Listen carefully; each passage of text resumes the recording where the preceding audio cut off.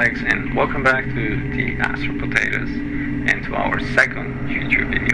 Yes, we just posted our first video like a week ago, and where we actually started with talking about how we end up to this one and how we have managed to turn my house into a spaceship, and reasons why we got to that point, and a tiny bit of how we started the whole build.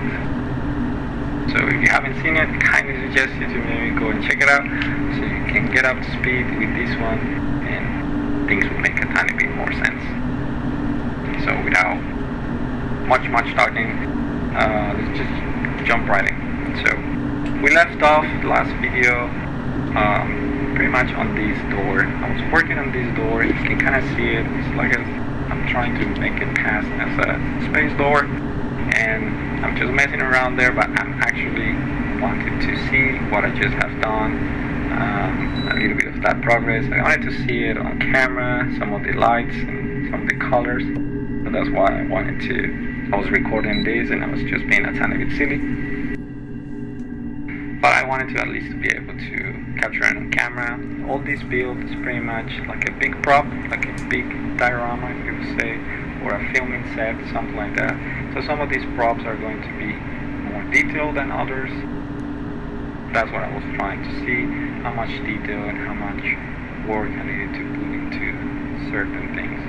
For example, this one. So we started with this one today. I have several builds that we're gonna go through in this video, and one of those is this one.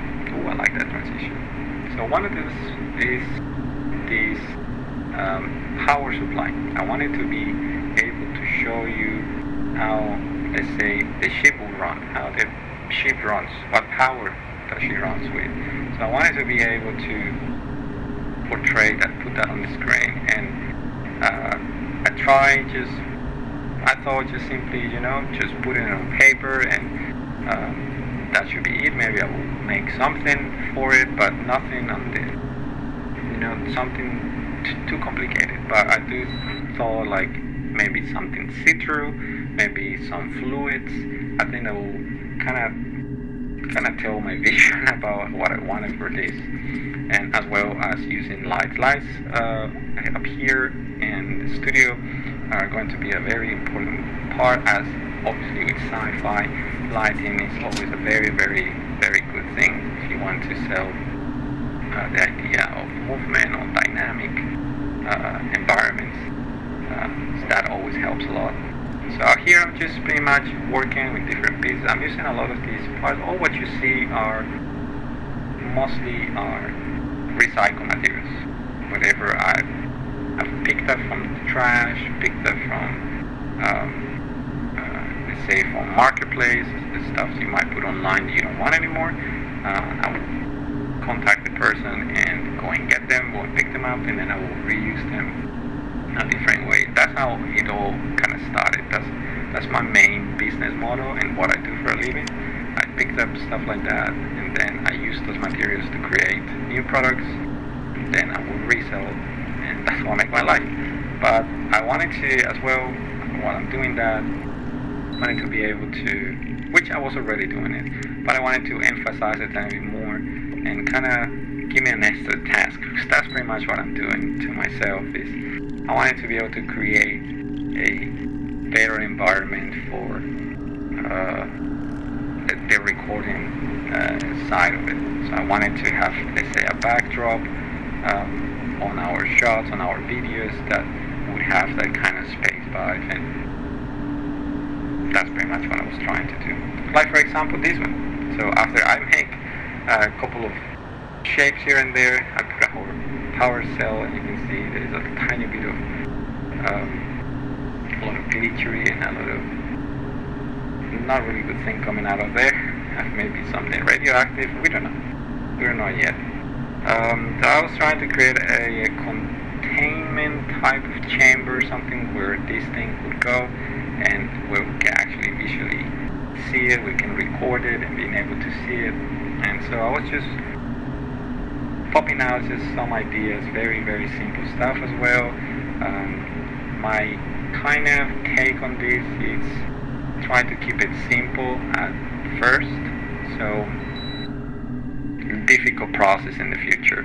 So for example, here I was testing some materials, painting some things, making sure that they kind of look alright in camera, and so while I actually start painting, I will not be struggling too much. And on this section, for example, I already built all that, and sadly I think I had some couple of little clips that I uploaded to social media. That's why the portrait mode. But I don't have so much of that, so this is pretty much I managed to build all that off camera and build all that body, and all that is really well secured at the back. I was making sure that a lot of those shapes and things that I was doing are really attached to surfaces and attached to the ground, and there is something in the back that if by mistake I'm walking around it, I will not just break it. So I'm using all what I could do. See a lot of mess around, but I was using all what I could do to fill up the space. The shape of this attic of my house is very, very pointy and as well as long to the corners, so it's quite difficult to put things in there and to go underneath there to do anything, and even less to try to create a workshop environment where you can actually work around that. So I was, and it's still been quite a hard process to divide the room, make sure that we kind of nail the space aspect to it, but at the same time I have an actual real environment where I can actually work and don't cause any problems, not break anything. So it's been a learning curve about that,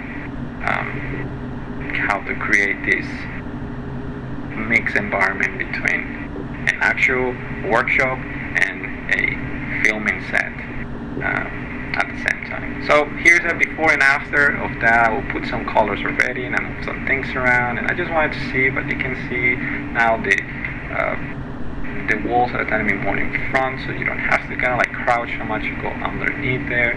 A lot of the things you see as well hanging, they're just there for that time. Talking about this was like almost a year and a half ago when I started all this. So there's a lot of things that definitely don't look anymore the same. They're not even in that place anymore. But this is how I started it.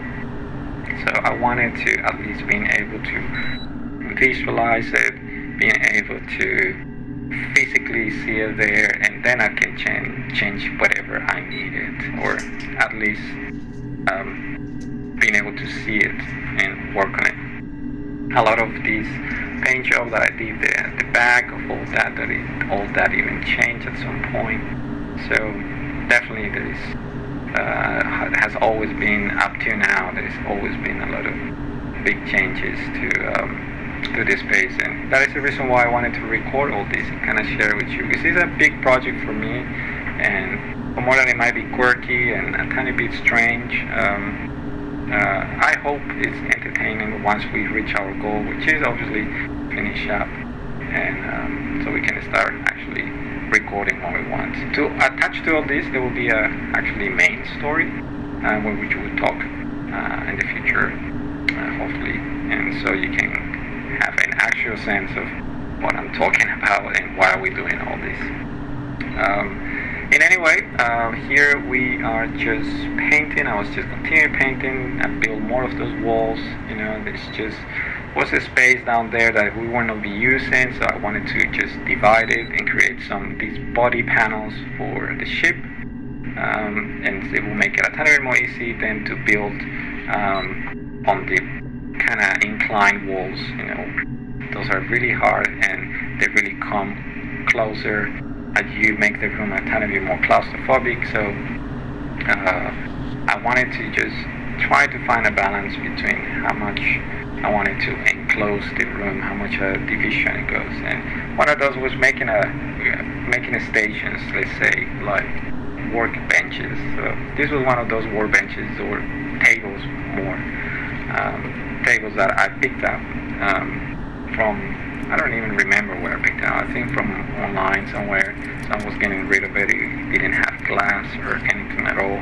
But I wanted something like that, something long and a tiny bit thin that it would just fit around, and or at least I can try to incorporate. And I have this piece of plexiglass, which it was from a sign that I had for a long time.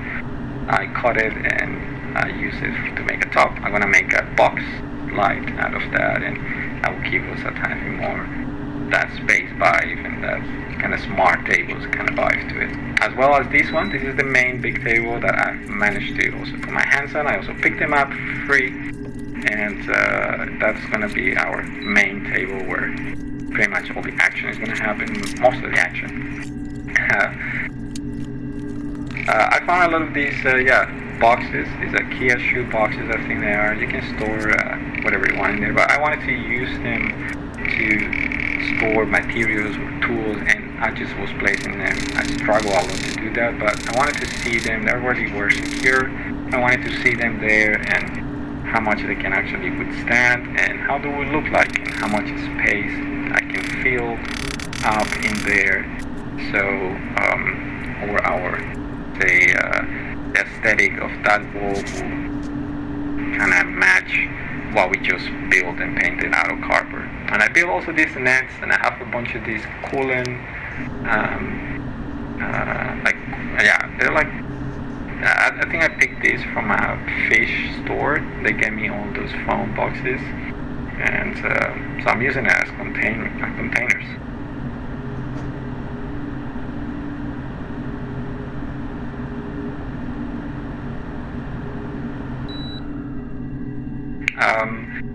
This was a really important part as well, how to lower the ceiling of this place, because I live in the Netherlands and all the architecture here, pretty much all of it is like this, at least in where I live.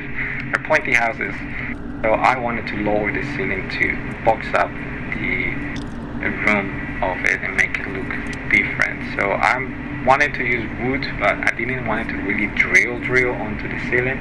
So because of that, I decided to use just staples and this fabric, which is like a plastic synthetic fabric. It's very strong and stretches a tiny bit and allow me to cover as much as I could from the top, and at the same time kind of lower, give that kind of vibe of